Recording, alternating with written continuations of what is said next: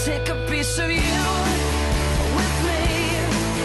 Wherever I go, talking in my sleep. It's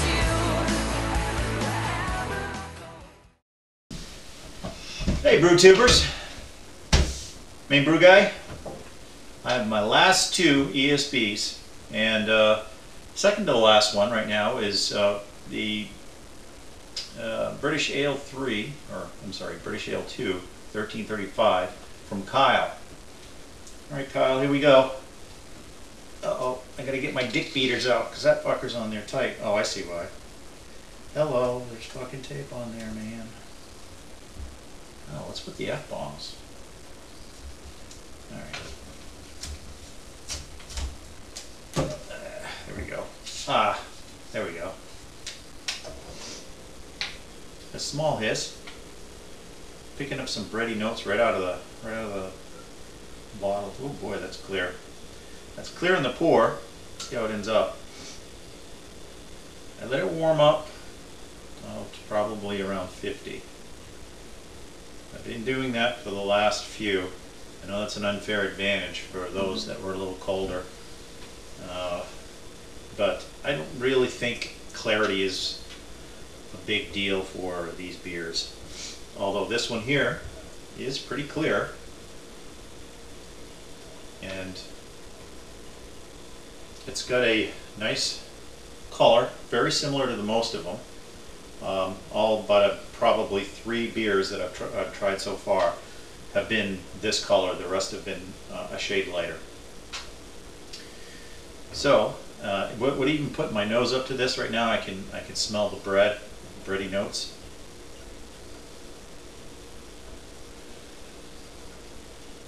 Picking up some caramel. No, definitely caramel.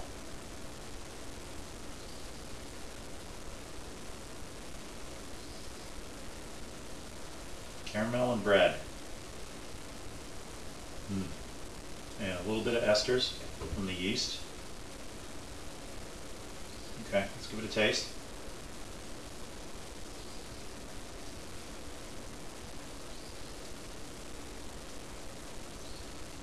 Okay, that caramel's coming through right away.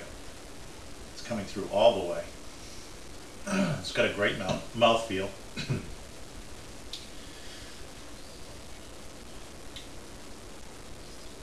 I'm looking for that lingering bitterness in the back, and there is a little bit. Really coats your mouth. And the malt hangs around too. Malt, but I think it's more caramel forward than malt forward. Which is great. Boy.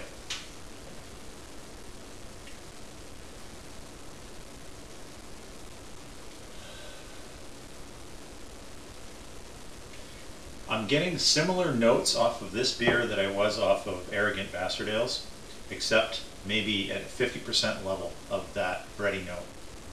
So it's there, but not as predominant as Arrogance. Again, I say that only because I'm using it as a comparison. I loved Arrogance as well. As I mentioned in the other video before, some of the yeast I've found may or may not be in the style as much. I don't know. I'm not an expert, but I think some of them push the limits of the style. But I other than the one infected bottle we had, I haven't had one stinker. These beers are incredibly good. Really going to be hard to select a yeast. I've got the top 3, and I'll mention them at the end of this video. There may be a top 4 after these last 2 tastings.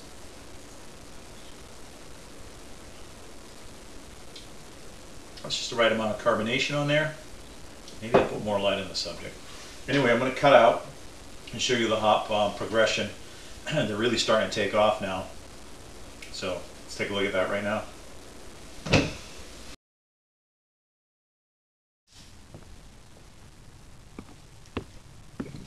Well, let's go the back way today. Tomato plants. Look at my Willamette. It's climbing the wrought iron. How about that? back up a little bit. So yeah, it made it to the wrought iron. The Brewer's Gold made it to the wrought iron big time. Both bines have made it, and they are both climbing crazy. They have intertwined each other, and they are climbing. And it's amazing how fast they grow. I don't know if you can see that. Right there. Back up and give you perspective. So, that's, since you last seen them, that's almost probably a foot growth. So I suspect they'll make it to the first turnbuckle probably by next Homebrew Wednesday. So I can't wait for that. The garden's starting to sprout their veggies. It's very nice. Popping up cucumbers and scallions and beans and peppers and string beans, yellow and green beans, radishes, cilantro. Anyway, it's all good stuff. Of course, the wife's busy on the rock here with all her flowers. Pretty impressive too.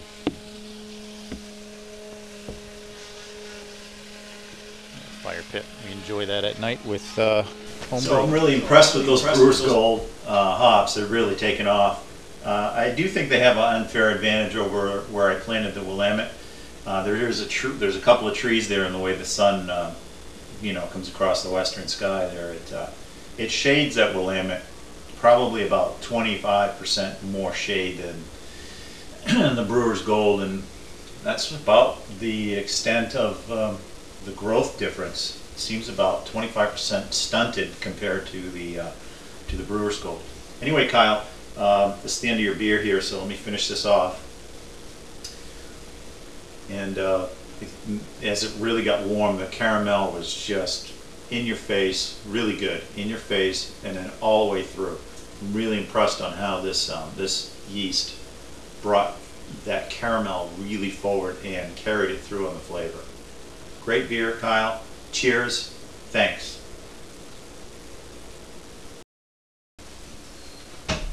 Okay, we just reviewed Kyle's beer, and this is the final beer of the Hokie Homebrew Yeast Experiment. Mrsomedrunk. He used a White Lab 005 British Ale. He had an OG of 10.052, and he finished up at 1.010. And his beer is supposedly a little more attenuated than WPL002. It's a high flocculation rate. The alcohol tolerance is medium. Yeah, let's give it a, well, pretty decent hiss. Let's give it a pour.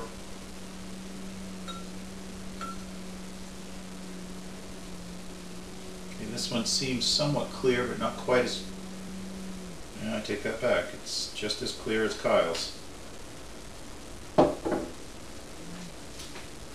No, it's not. Kyle's is a little more clear.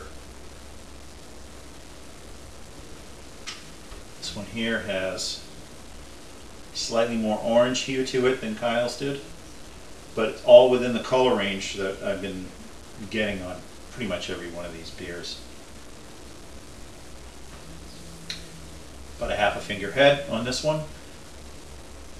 The bubbles are a little big, mixed in with tight bubbles, so it's got a considerable amount of lacing compared to some of the ones that I've had so far. Although not a lot. I mean, we all know why.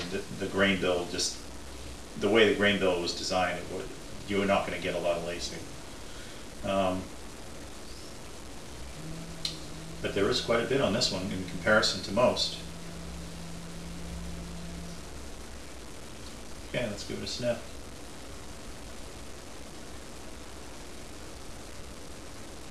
You know, I've gotten a lot of on a lot of these yeasts. I've picked up more of a toffee flavor or aroma than caramel. and probably about half of them have given off that toffee aroma.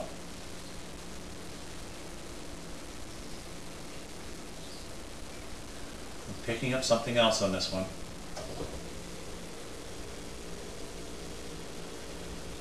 Mostly toffee.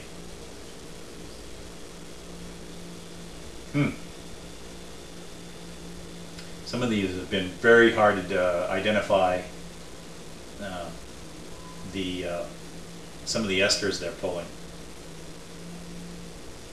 You smell it, it doesn't smell bad, but you can't really say what it is. It's not tropical fruit, it's not hops, it's not a piney ester, it's not a spice, well, maybe spice. Maybe spice. It's almost, this one's almost like a spicy tofu. This is almost like a spicy tofu? Holy crap, Kyle. Your beer kicked my ass.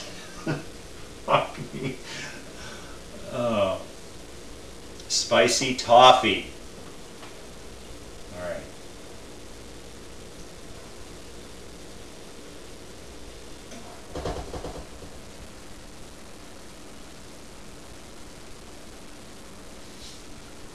Really picking up the caramel and on the backbone. Picking up that caramel 120 actually. Wow, that's interesting. This one here, that toffee flavor aroma, I'm sorry, the toffee aroma disappears right on the palate, and you get that. You're picking up the malts, and I can really identify the Crystal 120 in this one.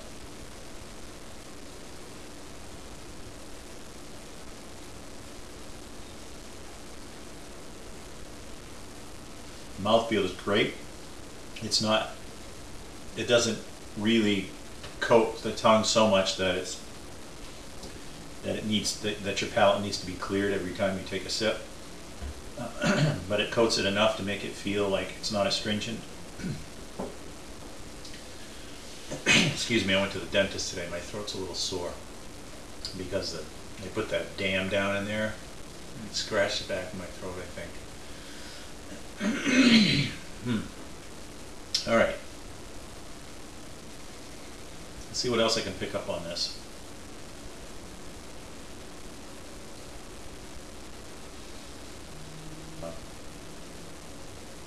And it does lace pretty decent.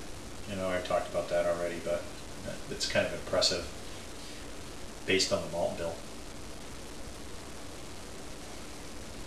Yeah. I can't really identify anything else but toffee. Maybe a faint bit of the Maris Otter, but I mean, I'm thinking the Maris Otter is what's kicking off on some of these. Excuse me, on some of these beers. That toffee, as opposed to caramel. I think the yeast on some of these yeast strains have brought that out, and that's really cool.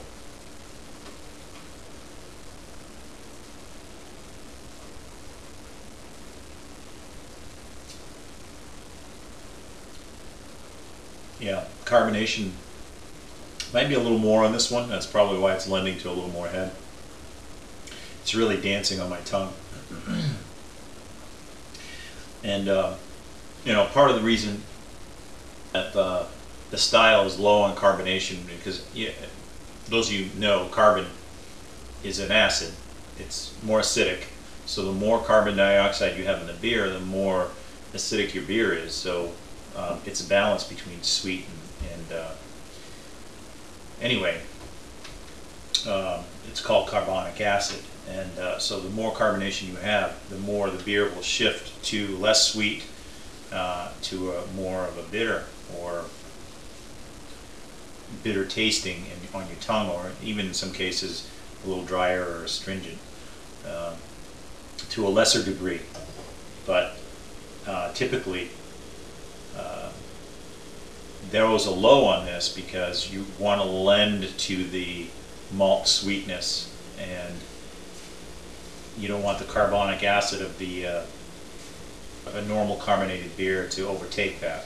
So even though this one's overcarbonated, it doesn't overtake the malt backbone or the caramel. I mean, I just picked that caramel 120 up. I really like this one too. Guys, cheers.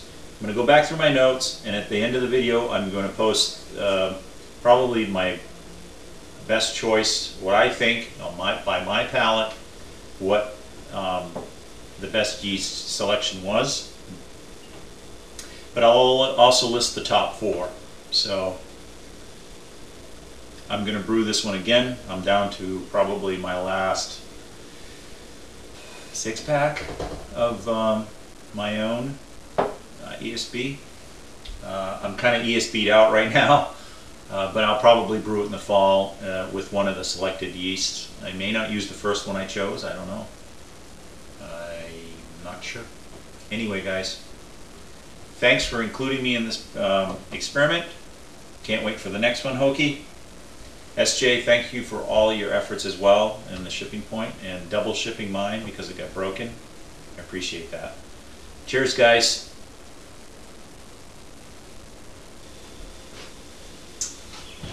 Mrsomedrunk, I did want to say this is a great beer, and my follow-up on this, which I forgot to mention, is all of those things I mentioned about your beer. Wonderful. The one thing that if there was a negative on the beer, it's that it doesn't have that much back-end bitterness.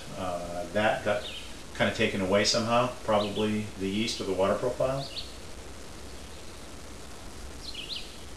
As far as an extra special bitter, it probably needs a little more bitterness, but we all worked with the same amount of hops. You know, Hokie, the only other question I would have with this is, did everybody use pellet hops, or did some people use leaf hops? Because I'm not sure if everybody would have adjusted for the difference between pellet and leaf. I think what is, you have to use like 25% more leaf hops to get the same amount of extraction as you get from pellet hops. Please, if that's wrong, correct me below. I'm just shooting from the hip on that one. Anyway, there's not a lot of back-end bitterness on this beer, but it's still a great beer, wonderful beer. Great yeast selection, great brewing process. There are no problems with this beer whatsoever. Thank you.